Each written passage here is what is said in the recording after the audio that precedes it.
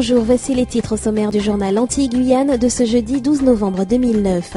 En Guadeloupe, pour le respect des acquis sociaux des salariés de l'hôtellerie, UGTG et CGTG sont prêts à mener un combat acharné, notamment au Club Med, même en ces temps de crise. Les élus martiniquais réagissent sur le changement du calendrier de la consultation populaire et la campagne de vaccination contre la grippe A été lancée ce matin en Guyane, comme dans les autres régions de France.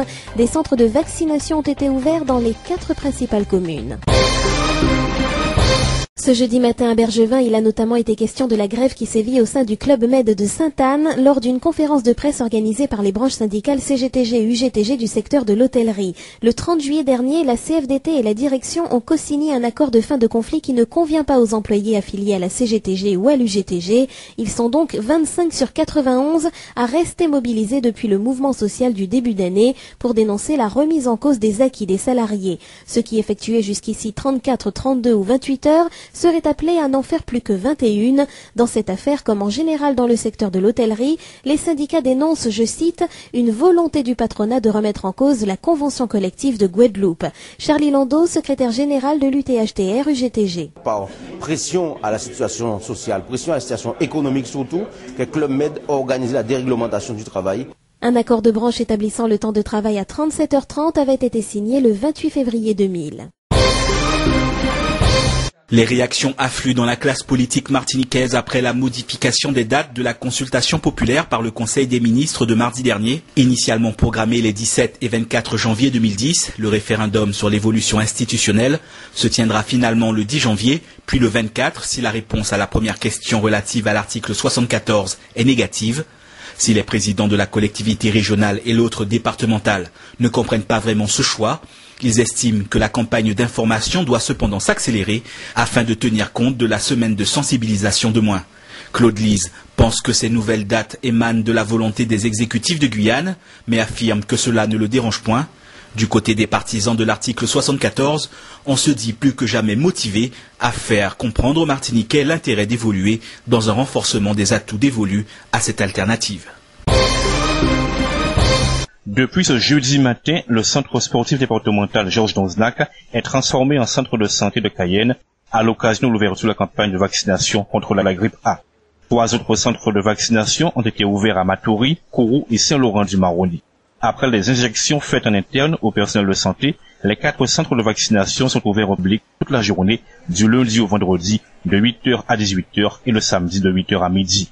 Si le vaccin contre la grippe A n'est pas obligatoire, il est tout de même fortement conseillé. Selon l'Institut de veille sanitaire, 6 000 personnes seraient atteintes de la maladie en Guyane. Au total, 200 000 doses de vaccins devraient être progressivement envoyées en Guyane. La campagne de vaccination contre la grippe A a donc débuté ce matin en Guyane. Comment va-t-elle se dérouler? Les explications de Sophie Lamy, pharmacienne et chef du centre de vaccination de Cayenne. Les personnes peuvent se présenter de manière volontaire sans leur bon de vaccination ici et on leur remplira un bon de vaccination vierge. Par contre, la vaccination pour les femmes enceintes, c'est à préciser, on ne va pas les vacciner par le vaccin qu'on a actuellement, mais on les vaccinera par un vaccin qui est mieux toléré et qui sera disponible à partir autour du 25 novembre. Il y a un protocole qui demande qu'on ait une deuxième vaccination 3 semaines après la première injection, donc toujours avec le même vaccin. La campagne de vaccination contre le virus de la grippe H1N1 a débuté ce jeudi en Martinique. À Fort-de-France, c'est au stade Pierre-Aliquer que le public était attendu de 14 à 18 heures, où des équipes de personnel administratif, d'infirmiers et médecins étaient présents pour mener à bien l'opération. Il y avait de quoi vacciner 1 millier de volontaires. Même si les autorités sanitaires rappellent que la démarche n'est pas obligatoire, la population devrait recevoir dans les boîtes aux lettres un bon de vaccination.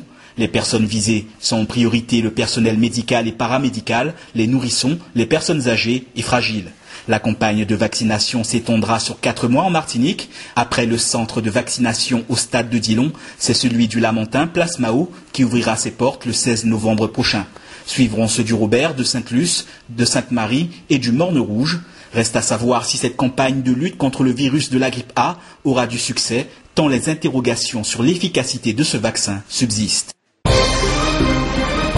Il ne ne faut pas qu'en Guadeloupe, les éleveurs aient à faire face à des problèmes sanitaires dont pourraient résulter des drames sociaux et économiques.